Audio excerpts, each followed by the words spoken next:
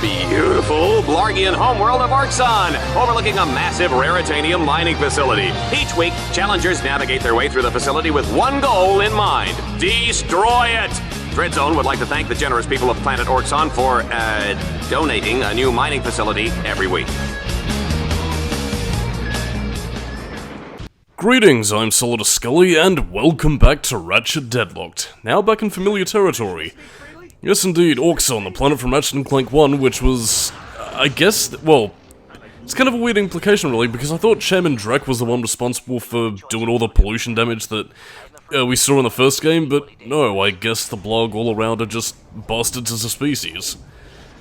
Kind of odd really, I mean, you would have thought that people would have more creativity in alien races to show that not one rotten egg would spoil the broth, but what do I know, really? It's just, you know, it's a little easier to not bother developing any of your characters, whatever. Why am I being so facetious? A few reasons, but again, I'll just get into the straight and narrow. Basically, Orxon is a bit of an odd duck, because it does set itself up as, you know, this contextless challenge of destroy a mining facility because game show. But there is a little bit of a twist in terms of what we're going to be doing in the upcoming challenge of Orxon that does give it a little bit more power, but unfortunately it does also come up to another certain problem that I have with Ratchet Deadlocked, which I probably touched on before, and will touch upon again, like the sound cutting out, which is, admittedly a bit of a problem with this level, so I pretty much decided to fill up the soundtrack with, bits and pieces of Ratchet Deadlocked soundtrack to fill in the noise. Luckily it has no real effect on dialogue or sound effects, it's just the music. I don't know, it might be due to the fact that my disc is, well, again, over 15 years old at this point.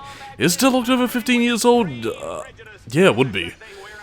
Ooh, actually no, it's nearing the 20-year mark actually in about 2 years' time, which, I got this game the day that it came out, and now, oh dear me, this game's nearly old enough to drink. Well, at least in Australia, anyway. Ugh. It just doesn't feel very good. Anyway, as for this challenge itself, clear nodes and get on top of the facility where we can do more stuff. Yeah, I'll get to the rest of the level a little bit later, but in the meantime though, if I can say something about Orxon visually, I like how it looks, but at the same time compared to Ratchet & Clank 1, which really went out of its way to look grimy and disgusting, I don't know, Orxon looks like a nicer place in Deadlocked than it did in Ratchet & Clank 1, so, I don't know, I guess maybe after Chairman Drek stopped abusing the place, it either improved in value, or the environment is still just as shite, just during a rainy season. Yeah, well, still looks visually cool though, but now here comes the second part of our challenge. Something that I suppose would have been the original end, but alas, we have more to do here. Which in this case is basically turning bolt cranks and destroying the drill. If that was it, then, well, yeah, we wouldn't really have much to say, but in the meantime, completely forgot what I was gonna say, but basically, just destroying stuff. Cue another argument about the core gameplay basically having its back broken to suffice with this little thing. Cue another rant about weapons and stuff being fun, but otherwise, not really much to talk about. So on and so forth. Again, I never really had this trepidation before I was playing Deadlocked, but at the same time, when it comes to commentating over it, yeah, it has kind of opened my eyes to a certain extent about, you know, how commentaries are really supposed to go. You do a thing, and if there's not more things to talk about, then things become quite that giant dull. Exploding drill was neat! Who would have thought the highly toxic drill fuel would leak out the back of the factory, endangering countless lives? I did! Huh. And that actually ties into the second bit of the level, endangering people's lives. Yeah, it seems at this point, and again, something that I was actually going to bring up, at least as something of a positive point for Dreadzone, later on is that, yeah, the audience actually starts getting involved in the challenges by the fact that they're actually there, and they are also in imminent danger of being attacked, which, excuse me, which in this case, again, I was initially going to say for a little bit later on, as I guess maybe Gleam and Vox realizing that Ratchet's more of a threat to his operation than he realized, and then upping the threat for the sake of ratings and viewership, but no, it seems even as early as Orxon that Gleam and Vox was so lackadaisical about his audience's survival, that so long as it gets some, you know, high ratings and clicks, he doesn't give a shit. So, yeah, what initially started as a positive remark on my end now sort of becomes a critique, because... And again, this really does also go into my point about how little we really know about the Shadow Sector. It's a lawless region of space, obviously, but at the same time we still have, you know, what seem to be, like, you know, middle-class families and regular audience members watching the show, so... Yeah, when it comes to the world building of this game, it is well-defined, but there are some aspects that are structurally weak. Like in this case, really being how the Galactic authorities haven't cottoned on to what's going on here, and moreover, why they haven't put the stop to Gleam and Vox's plans. I mean, again, you could have maybe had like a scenario where Vox was paying people off, or, I don't know, he had access to technology way in advance of anything the galaxy had seen. Although, albeit that probably would end up going to a little bit of future trilogy territory, but it's neither here nor there in this case, and... I don't know, even in that case, to me just... Yeah, again, you could just say that they're not really major issues in the grand scheme of things, and they're not, but to me they do kind of weaken a story that has a lot of potential but fails to live up to it, which, I know I'm repeating myself, to me is one of the biggest problems with Deadlocked. But again, I suppose I could also talk about the NPCs in and of themselves, and this does actually tie into the mission that's going on right now, because, yeah, we're destroying the bombs that are tying them down, and basically releasing these floating balloon things to save people from, you know, being damaged by the Dreadzone robots, which, again, is cool, but at the same time these are meant to be NPCs, but very little context is really gained from them. Again, we don't interact with these inhabitants. Are they the blog? Are they just regular viewers of Dreadzone? I don't know, it would have been more interesting to get more of a public opinion as to how people view Ratchet, which, in some cases, we do kind of get that with, you know, Lombax merchandise being sold and the fact that the kids seem to prefer Ratchet as opposed to Ace Hardlight, you know, as we'll see in an upcoming cutscene later on, but... I don't know, to me there's an extreme difference between, you know, seeing the likes of, you know, how everybody reacts to Ratchet as opposed to just hearing about it, and... You know, while the infomercials are meant to be that whole tee-hee consumerism, we're selling bad products, it's funny sort of jokes, it doesn't really do much to highlight the world building, and that's disappointing to me. Anyway, on to more challenges, which is doing stuff. Time for trivia. Some good old, fun-filled trivia. That is loading.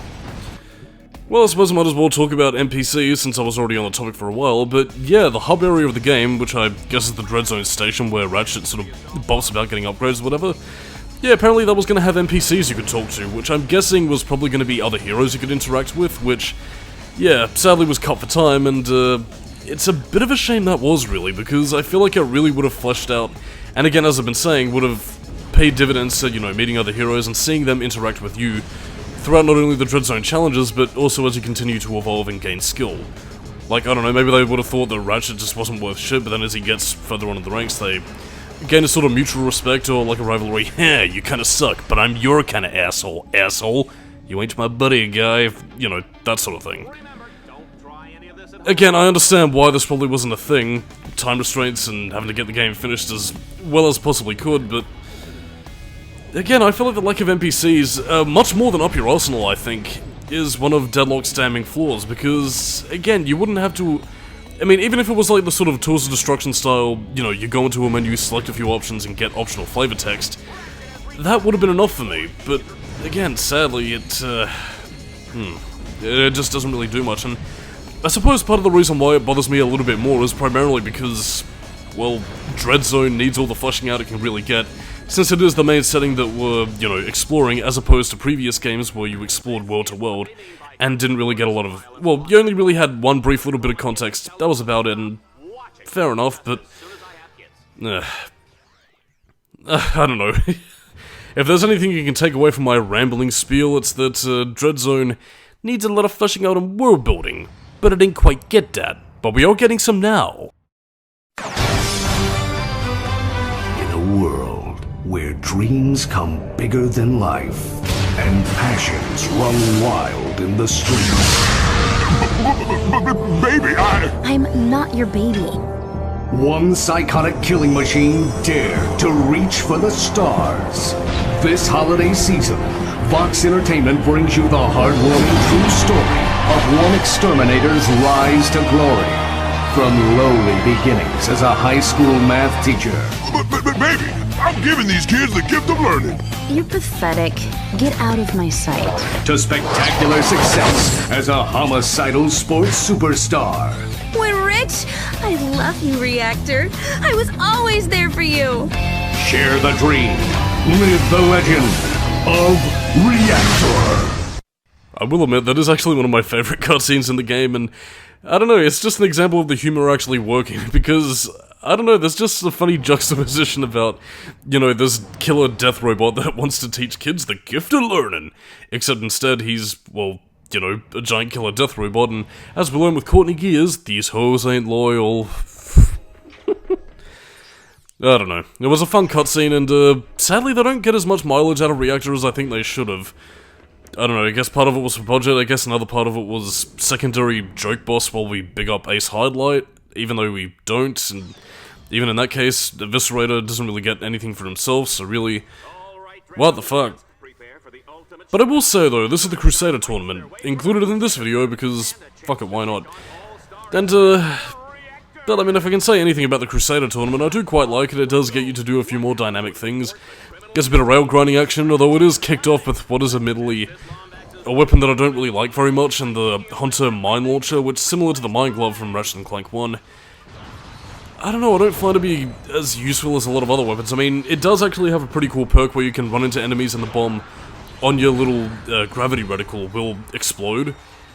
But at the same time, it's really not much, and I guess part of my reason for dislike of these sorts of weapons is that the damage itself is very passive. I mean, again, you can modify it to try and be a little bit more powerful and give it a bit of extra juice, but it's not much, and to be honest, it's just the most draggy part of the level, because, oh no, gotta wait for things, gotta wait for your... And again, you can launch several bombs out and, you know, use it to take out enemies, but at the same time, like, I mean, if you run out of bombs, you gotta wait for it to recharge and do a thing, it's boring. I mean, whatevers. I mean, to be honest, it kind of makes me pine for the weapon switching rounds of Annihilation Nation where, you know, unlike in Dreadzone where you have to find the weapons on the battlefield, I don't know, you switch to them instantaneously.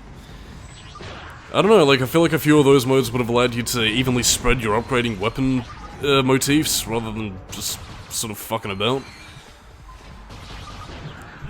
Whatever. Oh dear, we're only 2 rounds into this 5-round thing.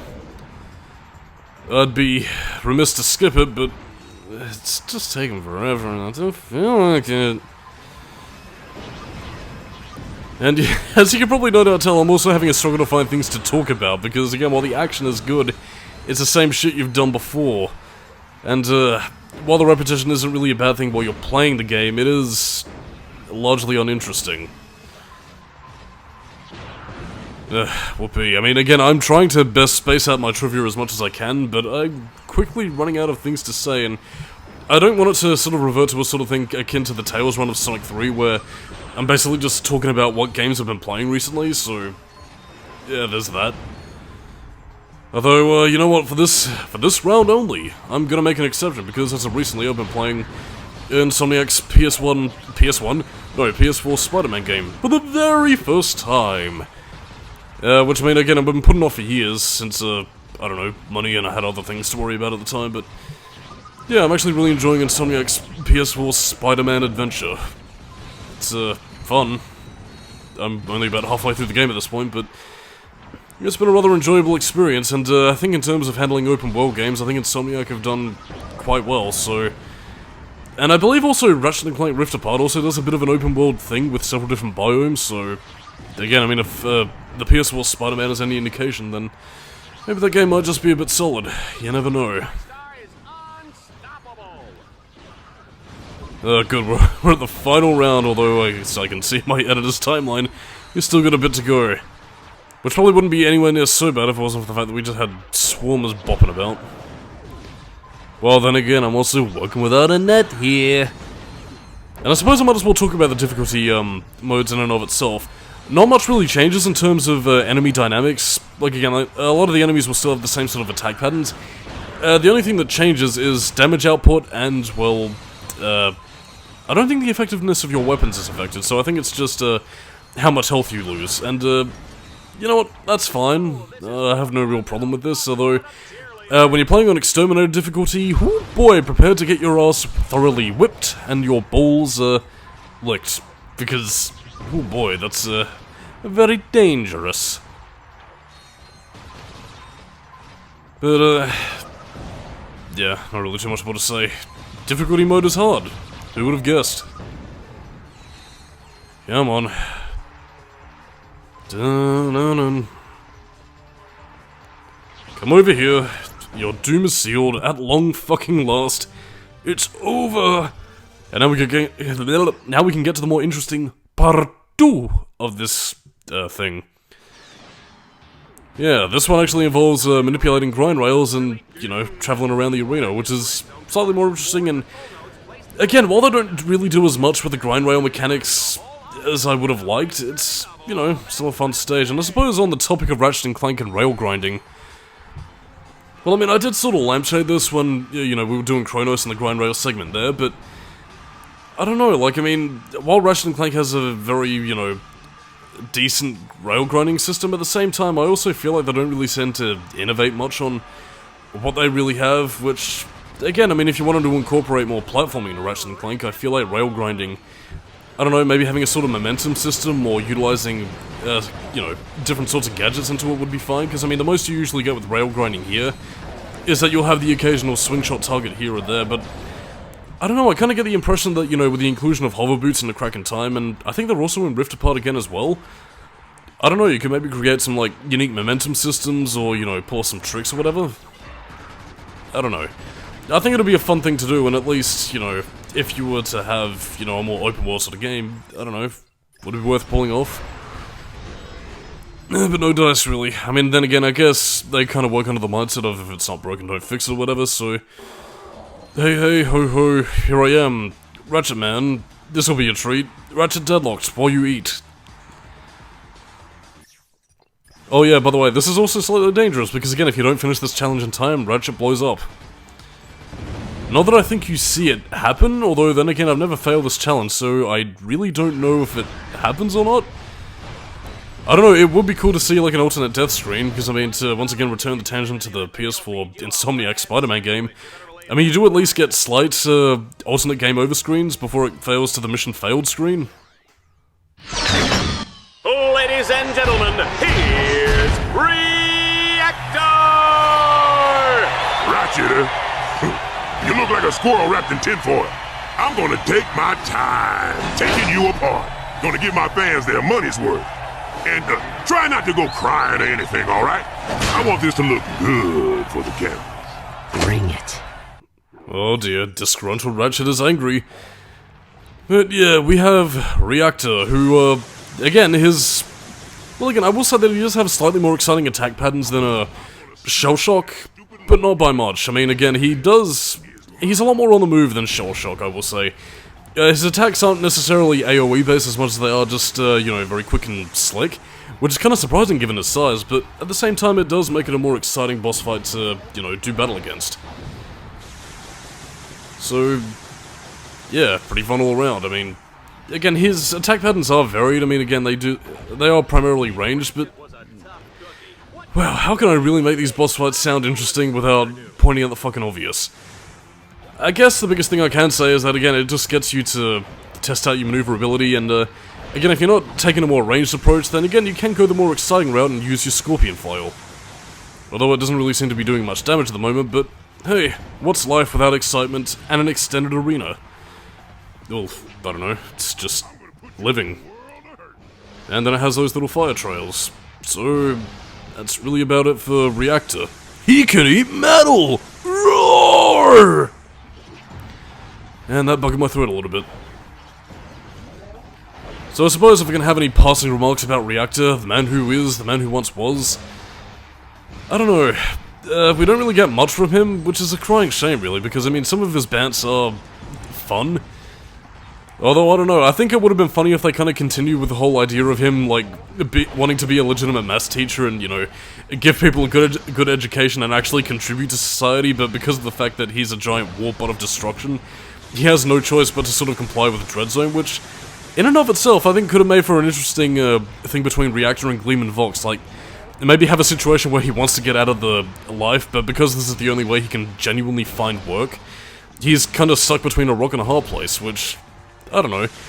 I mean, whether you want to play it up for a bit of drama or comedy, I don't know, you could have maybe had a thing where he teams up with Ratchet to stop Vox later in the game, or, I don't know, just had a sort of thing where, I guess maybe you could have built Vox's threat up a little bit more by saying, like, again, I want to get out of the life, but at the same time, I also don't want to risk fucking dying, because Gleam and Vox is fucking dangerous. Which, I mean, I think would have genuinely meant a lot more coming from, you know, the giant fucking deathbot who was at least capable in combat, you know, compared to everything else in the game, so... yeah, whatever, really. By the way, don't take this as an indictment about the game or whatever, but you notice that I tend to have more things to say when I'm critiquing Ratchet Deadlocked, as opposed to saying nice things about it. And, I'm not gonna say that, you know, in, you know, some sort of authoritarian game reviewer tone that, yes, clearly everybody that loves Ratchet Deadlocked is wrong. Your opinions are terrible. Because, again, I like Ratchet Deadlocked, I think it's a fun game, but there is also, you know, facets of the game that I wish it either, you know, took up on in terms of potential, or, you know, improved upon. But sadly no dice, and that's a damn fucking shame. It's becoming a running theme with this. Also with a lot of repetitive word choices, much like the same way of the Dreadzone challenges, designed specifically to challenge us, and make the most by drawing the blood out of the stone that is the core gameplay, and by god does it getting a workout here. Anyway, that's about it. Holy shit, the world just fucking exploded. And you know what, I figured just to cap things off, here's, you know, what the armor upgrade thing looks like if you're just playing the English version, /US/PAL/Australian, whatever. Catch you later. Please welcome our new Crusaders!